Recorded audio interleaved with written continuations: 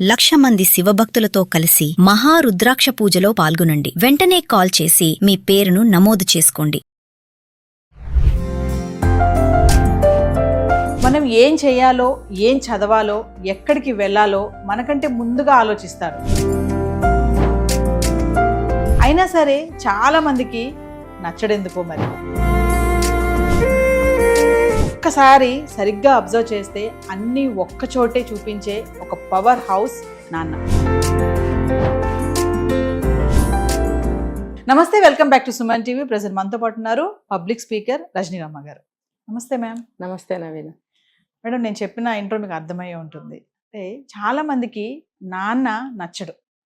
అందరి గురించి కాదు, మనం కొంతమంది నాన్నల గురించే మాట్లాడుకుందాం. అదే ఒక కేటగిరీ ఉన్నారులేండి, వాళ్ళ గురించి వద్దు మనకి. చాలా మందికి ఏంటంటే నాన్న అంటే ఒక టార్చర్. అరే అది తిన అంటాడు, ఇది చేయొద్దు అంటాడు, అక్కడికి వెళ్ళొద్దు అంటాడు, ఇక్కడికి వెళ్ళొద్దు అంటాడు, ఇక్కడ కూర్చోవద్దు అంటాడు. ఏంటి టార్చర్ నాన్నతో నాకు అని చెప్పేసి తిట్టుకుంటా ఉంటారు, సనుగుతూ ఉంటారు, నాన్న టార్చర్ భరించలేకపోతున్నామని. కానీ అమ్మకి పిల్లలంటే ప్రేమ, కానీ నాన్నకి ఏంటంటే బాగా బ్రతకాలి, నాకంటే బాగా బ్రతకాలి, నలుగురిలో మంచిగా ఉండాలి అని నాన్న ఆలోచిస్తూ ఉంటాడు. అయినా సరే ఎందుకు నాన్న నచ్చడు మరి? అంటే చాలా సినిమాల్లో కూడా నాన్నని బ్యాడ్ చేసి చూపిస్తూ ఉంటారు, విలన్ లాగా. అంటే ఇప్పుడు ఒక నాన్న అంటే ఇప్పుడు మీరు చెప్పినట్టు ఉండాలి. చాలామంది ఉండట్లేదు. ఫస్టే నేను చెప్పదలుచుకున్నా, అందరు నాన్నలు ఇలాగే ఉండాలి. ఎందుకు అని అంటే ఇక్కడ ఏమవుతుందంటే ఒక ఏజ్ వచ్చిన తర్వాత పిల్లలు తండ్రి సతాయిస్తున్నాడు, లేకపోతే టార్చర్ పెడుతున్నాడు అని గొనుక్కోవటము, వాళ్ళకి దూరం అవ్వటము, వాళ్ళ అమ్మకి చెప్తే మీ నాన్న అలాగే అంటారు పట్టించుకోకండి అని అనటము, తండ్రి ఏదన్నా అడిగితే ఇప్పుడు కాదు అని అన్నప్పుడు తల్లి ఇవ్వటము, ఇవన్నీ జరగటం వల్ల తండ్రి నుంచి డిటాచ్ అవుతున్నారు వాళ్ళు. ఆటోమేటిక్ ఏదన్నా అడగాలంటే అమ్మ ఆయన గారు ఏమంటాడో వాళ్ళ అమ్మ ద్వారా చేయించుకుంటారనమాట. ఆ రకంగా కూడా దూరం అవుతారు. కొంతమంది తండ్రులేమో అసలు పట్టించుకోరు, వాళ్ళ గురించి మనం మాట్లాడవద్దు. కానీ అసలు తండ్రి అనేవాడు ఇప్పుడు మీరు చెప్పినట్టు ఉండాలి. ఎలా అంటే బాబు ఇలా ఉండకూడదురా, నువ్వు బాగా చదవాలి, నువ్వు మంచి స్టేజ్లో ఉండాలి అని అంటాడు. అన్నప్పుడు పిల్లవాడు ఎవరైనా ఏమనుకుంటారంటే నేను చదవలేకపోతున్నాను, మా నాన్న ఊరికే చదవమంటున్నాడు, నాన్న గిట్టడు, నచ్చడు, నాన్న నచ్చదు, ఫస్ట్ నచ్చంది అక్కడే. ఆ అమ్మాయి ఉంటుంది ఇప్పుడు అలా తిట్టాలా ఏంటి, మళ్ళీ చదువుతాడులే, ఈసారి వస్తాయిలే అని అంటే అమ్మ అంటే ఎంతో ఇష్టం పెరిగిపోతుంది. అంటే అందరమ్మలు కూడా అలా కూడా ఉండరు, కొంతమంది బాగా చదవాలి నువ్వు అని మోటివేట్ చేసే తల్లులు కూడా ఉన్నారు. అంటే జనరలైజ్ చేసి చెప్పాలంటే ఇది. సో అమ్మకి దగ్గర అవుతారు. ఇంకొకటి ఏంటి, బయట ఏదో గొడవ పడొచ్చాడంట, ఎక్కడ గొడవ పడ్డావరా, నువ్వు ఎన్నిసార్లు చెప్పాను గొడవ పడొద్దని అంటే అక్కడ నాన్న నచ్చడు. మా అబ్బాయి అలాంటోడు కాదు, ఎందుకు గొడవ పడతాడు, ఎవరేం చెప్పారో అని తల్లి సమర్థించేటప్పటికి తల్లి మంచిది అయిపోతుంది. మా అమ్మ నన్ను సపోర్ట్ చేస్తుంది, మా నాన్నని సపోర్ట్ చేయాలి. ఇక్కడ మనం ఏమనుకోవాలంటే తల్లి చెడ్డదని కాదు, తండ్రి మంచోడని, అట్లా కాదు. ఇక్కడ ఏంటంటే మళ్ళీసారి తప్పు చేయకుండా ఉంటాడని తల్లి సమర్థించాలనుకుంటుంది. ఇంకొకటి ఏంటంటే తను మోసి కని పెంచింది కాబట్టి పిల్లవాడి మీద అభాండం వేస్తున్నారు భర్త బయట వాళ్ళు కలిసి అని ఒక ఉక్రోషంతో ఆవిడ అలా అంటుంది. మరి అలా అన్నప్పుడు ఆటోమేటిక్గా తండ్రి అక్కడ కూడా నచ్చడు.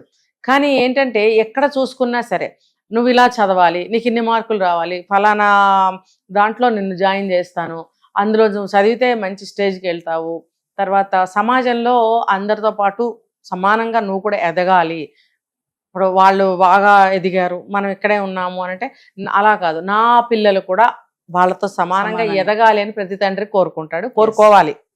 కోరుకోవాలి. మరి అలాంటప్పుడు వీళ్ళకేమో టార్చర్ లాగా అనిపిస్తుంది.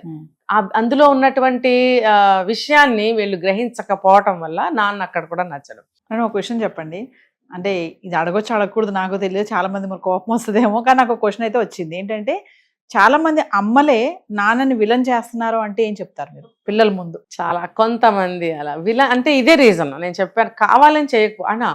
దాన్ని ఇంకో యాంగిల్లో చెప్పుకోవాలంటే టాపిక్ మారిపోతుంది. మరి ఏం లేదు, ఇంట్లో పిల్లల మీద చూపించినంత ప్రేమ భార్య మీద చూపించలేకపోతాడు. అంటే పిల్లల మీద చూపించినంత ఆపేక్ష నా అనే ఒక భావన భార్య మీద చూపించలేకపోతాడు. ప్రతిదానికి భార్యను తప్పుపట్టడము, నీకేం తెలీదు అని అనటము, లేకపోతే ఇంట్లో ఏదైనా గొడవ వచ్చినప్పుడు తిట్టడం కొట్టడం చేస్తున్నాడు అనుకోండి, అప్పుడు ఆవిడ మైండ్ నెగిటివ్ అయిపోతుంది. పిల్లలకి ఎంత చూసినా ఎంత చేసినా నా పట్ల ఇలా ఉంటున్నాడు కదా, తను మంచోడు అవుతున్నాడు, నేను చెడ్డదాన్ని అయిపోతున్నాను పిల్లల దృష్టిలో అని ఆవిడ తనని తాను డిఫైన్ చేసుకునే క్రమంలో తండ్రి మీద ఏమైనా చెప్పచ్చు. కానీ కొంతమంది తల్లి అయితే ఉన్నారు కదా మేడం, మీ నాన్న పెద్ద సాయిగోరా, మీ నాన్న పెద్ద రీజన్ ఇదేనండి. ఇదే రీజన్, ఇంకా ఏమీ ఉండదు. స్వార్థపరులు అంటే ఇంకా స్వార్థం ఏముంటుంది ఇందులో? నన్నే గౌరవించాలి, నా మాటే వినాలి అనే స్వార్థం కొంతమందిలో ఉండొచ్చు. భర్త మంచోడైనా చెడ్డ చేయొచ్చు కొంతమంది, కానీ అది తప్పు అంట నేను. ఇలా ఇతను చేసినందుకు ఆవిడ అలా తయారు చేసింది పిల్లల్ని అని అంటే దానికి కారణం తండ్రి అని చెప్తాను. కాబట్టి మన మధ్యన ఏమున్నా పిల్లల ముందు మనం బయటపడకూడదు అనేది ఇద్దరు తెలుసుకోవాలి. నువ్వైనా నేనైనా పిల్లల కోసమే పాటు పడుతున్నాం. తల్లి అయినా పిల్లలు బాగుండాలంటుంది, తండ్రి అయినా పిల్లలు బాగుండాలంటారు. కాబట్టి మన ఇద్దరం ఎంత తన్నుకున్నా ఎంత పడకపోయినా సరే మన ఇద్దరం కలిసి కన్నాం కాబట్టి పిల్లల భవిష్యత్తు బాగుండాలి, దానికి అలా తీర్చిదిద్దడానికి మనం ఇద్దరం పాటుపడాలి అనే ఒక ఏకాభిప్రాయంతో ఉండాలి వీళ్ళు. కానీ కొన్ని ఇళ్లలో చూస్తుంటాం మేడం, నిజంగా తండ్రికి అసలు విలువ ఇవ్వరు. అసలు తల్లికే చాలా వాల్యూ ఇస్తూ ఉంటారు, తండ్రిని అసలు పట్టించుకోరు, పక్కన పెడతారు, అసలు ఉన్నా లేనట్టే అన్నట్టు ఉంటారు. కానీ అక్కడ తండ్రి చేసే ప్రయాసం చాలానే ఉంటుంది.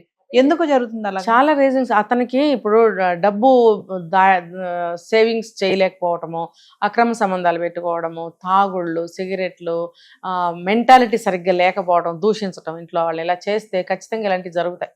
మరి అలా అతను చేయటం తప్పే కదా.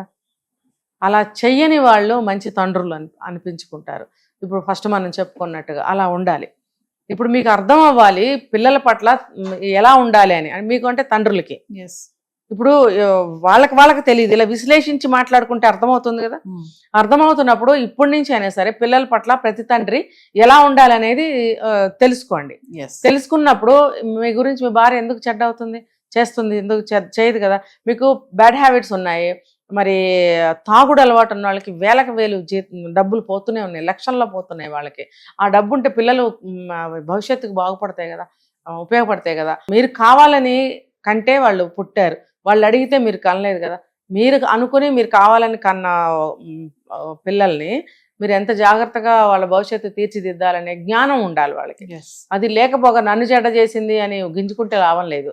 అంటే కుటుంబాన్ని ప్రేమించే తండ్రులు చాలా మంది ఉన్నారు. అంటే మనం మాట్లాడేది మెయిన్ వాళ్ళ గురించి. సరే వేరే కేటగిరీ పక్కన పెడితే ప్రయాసపడి వాళ్ళ కోసమే అహర్నిశలు కష్టపడుతూ కొన్ని త్యాగాలు చేస్తూ ఉన్న తండ్రులు కూడా చాలా మందే ఉన్నారు. అయినా సరే పిల్లలు వాల్యూ ఇవ్వరు, భార్య కూడా వాల్యూ ఇవ్వదు. ఎందుకనంటే ఒకటి పిల్లలు అర్థం చేసుకోలేకపోవటం, నాన్న అలా ఎందుకు అంటున్నాడు, ఎంత స్ట్రిక్ట్ ఏంటి అనుకుంటారు అంతే. ఆ తండ్రి కూడా తను సరిగ్గా కమ్యూనికేట్ చేయలేకపోయాడేమో, లేకపోతే వస్తున్న సినిమాలు కూడా దరిద్రమైనటువంటి డైరెక్షన్స్, తండ్రిని బఫూన్ లాగా చేయటము, లేకపోతే విలన్ లాగా చేయడము, లేకపోతే ఆయన మాటలకు విలువ లేకుండా చూపించడం లాంటివి కారణాలు. పాత సినిమాలకు వెళ్ళారంటే మళ్ళీ ఒకప్పుడు బ్లాక్ అండ్ వైట్, అందులో తండ్రి పాత్రను చూసారా ఎలా తీర్చిదిద్దుతారో. ఇప్పుడు తండ్రి పాత్ర ఎలా ఉంది సినిమాల్లో. మరి మా సమాజం మారటానికి కానీ చెడిపోవటానికి బాగుపడటానికి కారణాలు సినిమాలే. అప్పట్లో బాగా రెస్పెక్ట్ఫుల్ గా ఉండేవి తండ్రివి, ఇప్పుడు ఏంటంటే కమెడియన్ చేస్తారు ఫాదర్ ని. భర్త ముందుకి భార్య రావాలంటే భుజం చుట్టూ కొంగు కప్పుకుని వచ్చి ఏమండి అని అంత దూరంలో నుంచి పిల్లల కోసం ఏదైనా సజెషన్ చేస్తే ఇటు కూడా తిరిగి చూడకుండా ఆ చెప్పొచ్చే వాళ్ళు ఎన్నోరు మూసుకో అనేవాడు. అంటే ఆవిడ చదువు లేదు కాబట్టి, పిల్లవాడు ఏదో డబ్బు అడిగాడు అనుకుందాం, ఇవ్వమని ఆవిడ అంటుంది కాబట్టి ఆ మాట అన్నాడు అనేది అక్కడ మనం తీసుకోవాలి. ఎందుకు? అతను అసలైన తండ్రి, పిల్లల బాగోగులు కోరుకుంటున్న తండ్రి. తల్లికి లోకజ్ఞానం తెలియదు, చదువు లేదు, పిల్లవాడికి డబ్బు ఇవ్వమంటుంది కాబట్టి ఆమెను తిట్టాడు అనే కాంటెక్స్ట్ అది. అంతేగాని అక్కడ భార్యని తీసవతల భార్యేశాడు అనేది కాదు. జనం తీసుకునేది ఇదే అర్థం తీసుకుంటారు, కానీ అందులో అర్థం అలా చూపించరు వాళ్ళు. అక్కడ డైరెక్షన్ సరిగ్గా అర్థం చేసుకోవాలి. కాబట్టి సరైన తండ్రి కాబట్టి అతను ఏం చేస్తాడు, ఆ డబ్బు నీకు అవసరం లేదురా అబ్బాయి, నువ్వు అక్కడ ఏం చదువుతున్నావు, ఎలా చదువుతున్నావు, నీ మార్కులేవి, నువ్వు మొన్న అక్కడెక్కడో కనపడ్డావు, ఏంటి నీ కథ అని తండ్రి అడుగుతాడు. అప్పుడు ఎన్ని అడుగుతాడని చెప్పి తల్లికి రికమెండేషన్ చేయించుకుంటాడు అనమాట. అది ఆ తండ్రికి అర్థమైపోతూనే ఉంటుంది ఓపెన్. అందుకని చెప్పి తల్లిని కొంచెం మందలిస్తారు. అట్లా చూపించేవారు. భర్త ముందు మాట్లాడాలన్నా కొంగు కప్పుకొని వచ్చి మాట్లాడేవారు. మరి ఇప్పుడు ఎలా ఉన్నారు, తండ్రిని వేరే విధంగా తీసేయడము, దెబ్బలాడుకోవటం పిల్లల ముందు, ఇవన్నీ ఉన్నప్పుడు తండ్రి మాట వినరు, తల్లి మాట వినరు. ఇదంతా కూడా తల్లిదండ్రుల చేతిలోనే ఉంది. ఇంకా తండ్రి గురించి మనం చెప్పుకోవాలి అనంటే అసలైన నిజమైన తండ్రి ఎలా ఉండాలి అనంటే, ఉన్నారు కూడా, లేని వాళ్ళ గురించి చెప్తున్నా. ఎలా ఉండాలి, ఎలా ఉంటారనంటే, తండ్రి అన్నాడు, మీరు అన్నారు ఒక లైట్ హౌస్ అని, ఒక షిప్స్కి పవర్ హౌస్, లైట్ హౌస్ కూడా. ఇప్పుడు ఒక సముద్ర తీరంలో పడవలు వెళ్తుంటాయి, షిప్స్ వెళ్తూ ఉంటాయి. వాటికి అన్ని విధాలా కూడా డైరెక్షన్స్ ఎట్లా అంటే లైట్ హౌస్ ద్వారానే వెళ్తుంటాయి. ఎంత దూరం ఉన్నా సరే దాని లైటింగ్ని బట్టి అవి ప్రయాణం చేస్తుంటాయి. అలాగే ఈ పిల్లల యొక్క ప్రయాణం లైఫ్లో ఎలా ఉందనేది అతను కూడా అలా వాచ్ చేస్తూ ఉంటాడు. తర్వాత ఏ అవసరాలకైనా సరే ఒక పవర్ హౌస్ లాగా మారి అన్నీ నేనే చూస్తాను అనే ఒక భరోసా అతను ఇవ్వగలుగుతాడు. ఎలా అంటే నానా ఫీజు కట్టాలి, నానా బుక్స్ కావాలి, నానా యూనిఫామ్ కావాలి, నానా షూ కావాలి, నానా టీచర్ తిట్టింది, నానా స్కూల్లో మీటింగ్ ఉంది పిలిచారు, ఇలా ప్రతిదానికి నాన్న నాన్న అనే చెప్తారు. ఇప్పుడు కూడా ఒక 30 years వచ్చిన పిల్లలకి కూడా కష్ట సుఖాల్లో నాన్నకి చెప్తే చాలు, నాన్న అన్ని తీర్చేస్తాడనే భరోసా ఉన్న పిల్లలు, భరోసా ఇవ్వగలిగిన తండ్రులు ఈ రోజుకి ఉన్నారు.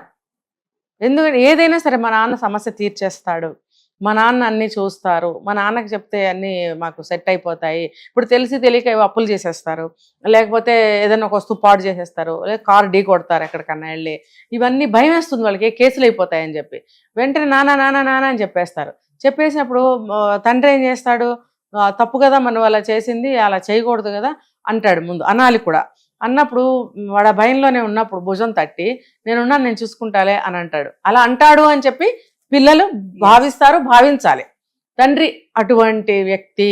మనకి ఏ కష్ట సుఖాల్లోనైనా, ఎటువంటి అప్పుల్లోనైనా, ఏది మనకి సహాయం కావాలని నాన్నకి చెప్తే చాలు అనే భరోసాని పిల్లలకి తండ్రి ఇవ్వగలగాలి, పిల్లలు కూడా అనుకోగలగాలి. అంటే నాన్న నలుగురిలో తిట్టినా లోపల బాగు కోసమే, అంతే కదా, అది అర్థం చేసుకో. ఇప్పుడు పరువు పోయింది, నువ్వు ఆ పనులు చేసినప్పుడు తండ్రి వచ్చి కాపాడుతాడు.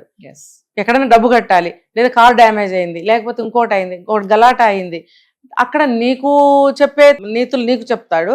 అక్కడ సమర్థించే విధంగా సమర్థించి ఆ సమస్యని జాగ్రత్తగా తీసేయగలుగుతాడు తండ్రి అనేవాడు. ఇప్పుడు ఆ సమర్థత అనేది చాలా మందికి ఉండదు, దాన్ని డెవలప్ చేసుకోవాలి మిగతా తండ్రులు.